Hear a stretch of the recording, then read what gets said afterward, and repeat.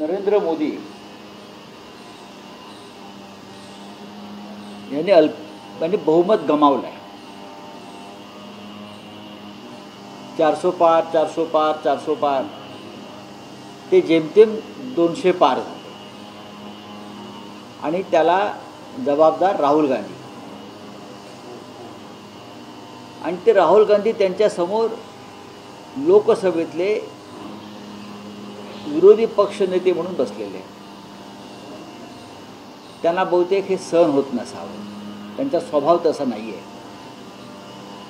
त्यांना आता हुकुमशाही एकाधिकारशाही याच्यावर राहुल गांधी यांचा लगाम येणार आहे. विरोधी पक्षनेत्या जर विरोधी पक्षनेता ज्याला घटनात्मक दर्जा आहे, संविधानिक दर्जा आहे, त्या पदावरील व्यक्तीला पंतप्रधान बालबुद्धी वगैरे म्हणत असतील तर तो त्यांचा अपमान नसून संविधानाच्या त्या पदाचा अपमान. आणि म्हणून आम्ही म्हणतो की संविधान खतरे में है. ओएसिस फर्टिलिटीच्या तज्ज्ञांनी IVF उपचार पद्धतीद्वारे 1 लाखांहून अधिक जोडप्यांना मातृत्व प्राप्तीचा आनंद दिला आहे. मोफत अपॉइंटमेंट बुक करण्यासाठी आजच संपर्क साधा. मोदी कोणत्याही प्रकारचं संविधान घटना नियम पाळायला तयार नाही. आणि आम्ही जे म्हणतो की संविधान खतरे में है, या बालबुद्धीच्या नेत्यानं तुम्हाला घाम फोडला लोकसभा निवडणुकीत आणि याच बालबुद्धीच्या नेत्यानं तुमचं बहुमत गमावायला लावलं. आणि याच बालबुद्धीच्या नेत्यानं त्यांच्या पहिल्या भाषणात तुमचा बुरखा फाडला.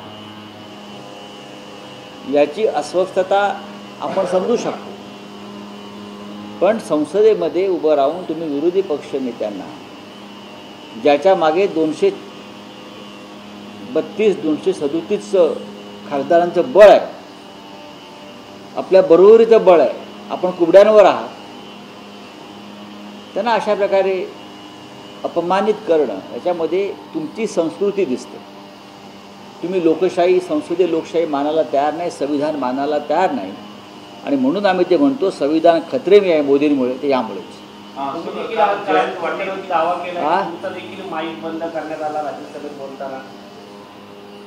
हो, नक्कीच.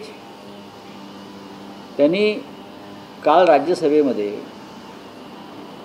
मी जेव्हा भारतीय जनता पक्षानं कशा प्रकारे निवडणुका जिंकल्या आणि काही जागा लोकसभेच्या चोरण्याचा प्रयत्न केला हे सांगतात त्याने माझा माईक बंद केला. मला खरं म्हणजे बोलायचं होतं. तुम्ही आणीबाणी आपत्काल म्हणताय, त्या आपत्कालाचं सत्य मला काल सांगायचं होतं, पण ते त्यांना समजल्यामुळे मी सुरुवात केल्यावर त्यांनी माझा माईक बंद केला. 50 वर्षापूर्वीची आणीबाणी तुम्ही विसरायला पाहिजे, भविष्यात पाहायला पाहिजे. भूतकाळाचे मुद्दे कुठे उकळत बसतात. 25 जून 1975 या दिवशी रामलीला मैदानावरून सैन्याने बंड करावा, लष्करानं बंड करावं अशा प्रकारचं आवाहन केल्यावर या देशात अराजक माजेल अशी भीती इंदिरा गांधींना वाटली. पोलिसांनी सरकारचे आदेश पाळू नयेत अशा प्रकारे तेव्हाचे नेते जाहीरपणे बोलायला लागल्यावर इंदिरा गांधींच्या जागी अटल बिहारी वाजपेयी जरी असते तरी त्यांनी या देशात आणीबाणी लावली असती. हे मला काल सांगायचं होतं आणि मला ते संसदेच्या सभागृहात बोलू दिलं नाही. माझा माईक बंद केला. त्या सैनिकांना बुलेट प्रूफ जॅकेट नव्हतं काँग्रेसच्या काळात असं पंतप्रधान म्हणतात. बघा, 50 वर्षापूर्वीच्या या गोष्टी जर तुम्ही आता काढत असाल तर आता असं आहे की मग लडाखमध्ये जे चीनचं सैन्य घुसलं आहे, आता जॅकेट आहे ना. तेव्हा जॅकेट नव्हतं, आता जॅकेट आहे बुलेट प्रूफ. तरीही लडाखची 24,000 वर्गमैल जमीन ही चीनी सैन्याने आपल्या ताब्यात घेतली आहे. काय करते तुमचं बुलेट प्रूफ जॅकेट तुम्ही दिलेलं? सांगा ना. आता आहेत ना बुलेट प्रूफ जॅकेट, तरी लडाखमध्ये अरुणाचलमध्ये घुसखोरी झालेली आहे. याचं उत्तर द्या. पंतप्रधानांचं भाषण सुरू असताना विरोधकांचा गोंधळ कायम होता. पंतप्रधानांनी हेडफोन लावलेले होते, ते काढलेच नाही त्यांनी भाषण संपेपर्यंत. असं पहिल्यांदाच झालं. विरोधी पक्षाची ताकद आहे. आतापर्यंत मोदींवरती ही वेळ आली नव्हती, ती आता आलेली आहे. बोलिये. हाथरसमध्ये एक मोठी घटना घडलेली आहे सर.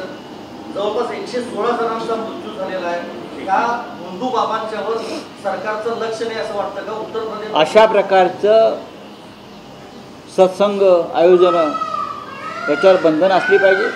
नवी मुंबईमध्ये आम्ही अनुभव घेतलेला. नवी मुंबईच्या खारघरमध्ये अमित शहांच्या उपस्थितीमध्ये चेंगराचेंगरी झाली, भरुणात माणसं मेली 40च्या वर. महाराष्ट्रात देशामध्ये अशा प्रकारचे जेव्हा ते सत्संग होतात, धार्मिक सोहळे होतात, त्यांच्यावरती कोणाचंच नियंत्रण नसतं. कोण आहे ते सगळे, कोणासाठी चाललं आहे, ही त्या राज्य सरकारची जबाबदारी आहे. सर, जयंत पाटील काल बोलत होते. त्यांनी बोलता बोलता म्हटलं की नकली वाघ हे महायुतीत आहे, असली वाघ आमच्यासोबत आहे. असं कोण म्हणाले? जयंत पाटील. मग ते बरोबर बोलले आहेत ना. जयंत पाटील हे बरोबर बोललेले आहेत. महायुतीमध्ये जे स्वतःला वाघ समजत आहेत, त्यांना वाघाचं जे कातडं आहे ते मोदी शहानी दिलेलं आहे. ते कोल्हे आणि लांडगेच आहेत. मोदी शहानी त्यांना जे वाघाचं कातडं पुरवलेलं आहे, त्याच्यामुळे ते वाघासारख्या डरकाळ्या मारत फिरत आहेत. नोव्हेंबरमध्ये निवडणुका झाल्यावर यांची कातडी आणि यांचे मुखवटे आम्ही ओरबडून काढू. अजित पवारांच्या गटाची काल एक बैठक झाली. त्या बैठकीला सर नवाब मलिक गेलेले होते. आमदार आहेत ते आमदार आहेत. महायुती विरोध करते ना. त्यांना देवेंद्र फडणवीसांनी विरोध केला होता, पत्र लिहून विरोध केला मग होता. आता त्यांनी विरोध केला का नाही मला माहीत नाही. आता एका मताची गरज आहे त्यांना. आता एका मताची गरज आहे. नवाब मलिक यांच्या बाबतीत देवेंद्र फडणवीस यांचा व्यक्तिगत राग आहे. नवाब मलिक यांच्यावरती व्यक्तिगत राग का आहे आणि त्याच्यामुळे त्यांना खोट्या गुन्ह्यामध्ये कसं अडकवण्यात आलं हे सगळं रेकॉर्डवरती आहे. नवाब मलिक यांच्यापेक्षा भयंकर गुन्हे केलेले लोक शिंदे गटामध्ये आहेत आणि भाजपमध्ये आहेत. त्यांच्यावर फडणवीस बोलणार आहेत का? मी अनेकदा सांगतो की महाराष्ट्राचं राजकारण जर कोणी बिघडवलं असेल तर ते देवेंद्र फडणवीसांनी खराब केलेलं आहे. या राज्याची संस्कृती, सभ्यता याला जर कोणी काळिमा फासला असेल तर ते देवेंद्र फडणवीस यांच्या हातात राज्याची सूत्र आल्यावर भाजपची महाराष्ट्राचं नुकसान झालेलं आहे. आणि म्हणून लोकसभेला आम्ही मोदींच्या संदर्भात आमची लढाई होती. महाराष्ट्रामध्ये फडणवीस हटाव आणि जनता त्यांना पराभूत करेल त्यांच्या मतदारसंघात.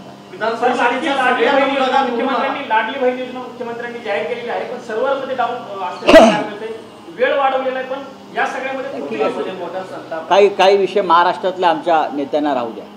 विधान परिषदेच्या सगळ्या 9च्या 9 जागा निवडून आणा असं सूचना सगळ्या आमदारांना मुख्यमंत्र्यांनी दिलेली आहे आणि विधानसभेच्या तयारीला लागा असंही म्हणते.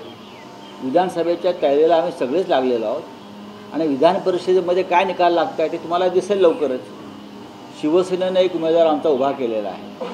महाविकास आघाडीचे 2 उमेदवार आहेत. जयंत पाटील शेतकरी कामगार पक्षाचे आणि मिलिंद नार्वेकर आहेत. काँग्रेसच्या प्रज्ञा सातवजी आहेत. आम्ही आमचे 3 उमेदवार निवडून आणू. सर, कांदा खरेदीमध्ये वारंवार घोटाळा अभी बताइए आप, आपका क्या है? आप बोलिए. हाथरस के अंदर एक बड़ी कल घटना देखी गई. अब तक 120 से ज्यादा लोग देखिए 120 से ज़्यादा 120 के लगभग ही लोग घायल हैं. किससे देखते हैं? क्या देखेंगे? बहुत ही दुखद और दुर्भाग्यपूर्ण घटना है और पूरे देश में हमेशा इस प्रकार की घटनाएं घटती हैं. महाराष्ट्र में 2 साल पहले नवी मुंबई में इसी प्रकार का सत्संग हुआ था. अमित शाह जी गृहमंत्री वहाँ उपस्थित थे, मुख्यमंत्री एकनाथ शिंदे थे. उनके सामने भगदड़ मच गई और उस सत्संग में 50 से ज़्यादा लोगों की मृत्यु हो गई. इस प्रकार के सत्संग में किसी का नियंत्रण नहीं होता. ये बाबा, ये महाराज, ये लोग लोगों को बुलाते हैं और प्रशासन हाथ खड़े कर देता है. उनके ऊपर एक कानून बनना चाहिए. इस प्रकार के सत्संग की जिम्मेदारी कौन लेगा? ये बहुत दुर्भाग्य हो. गरीब लोग आते हैं बेचारे. सर, पीएम ने अपनी स्पीच में राहुल गांधी जी ने बोला कि कल यहाँ बालक बुद्धि का मिलाप चल रहा था. मुझे इसने मारा, यहाँ मारा, यही सब चल रहा था. ऐसा नहीं हुआ है. देखिए, अगर प्रधानमंत्री की भाषा अब भी बदलती नहीं उसमें कोई बदलाव नहीं आता है तो जनता ने जो उनको सबक सिखाया है लोकसभा चुनाव में, उनसे उसने कोई सीखा नहीं है। राहुल गांधी जी देश के विरोधी पक्ष नेता, लीडर ऑफ अपोजिशन है, नेता प्रतिपक्ष है। वो संवैधानिक पद पर बैठे हैं, संविधान ने उनको अधिकार दिया है, इसलिए बैठे हैं। जैसे आप प्रधानमंत्री हो वैसे हो लीडर ऑफ अपोजिशन है। अगर प्रधानमंत्री लीडर ऑफ अपोजिशन का सम्मान नहीं करते, इस प्रकार का भाषा का इस्तेमाल करेंगे, तो इसलिए तो हम कहते हैं कि संविधान खतरे में है और मोदी जी और शाह जी संविधान के हत्यारे हैं। राहुल गांधी जी विरोधी लीडर ऑफ अपोजिशन है, उनकी बात का प्रतिवाद कर सकते हो। अगर उनकी बाल बुद्धि है तो आपकी बुद्धि क्या है? आप क्या बुद्धि का अजीर्ण हो गया क्या? ज़्यादा ही बुद्धि हो गया क्या आपकी? जनता ने आपको सबक सिखाया है, आपका बहुमत आपने गंवाया है और उसके लिए राहुल गांधी जिम्मेदार है। इसलिए आप उनके लिए भाषा का इस्तेमाल करना ठीक नहीं है।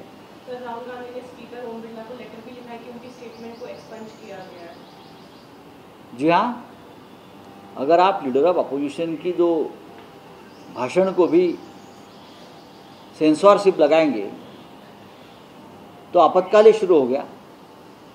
चलिए, थैंक यू।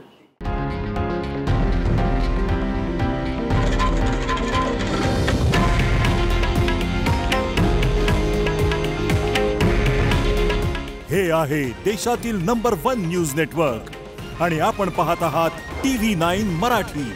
काळजी तुमची, हित महाराष्ट्राचं।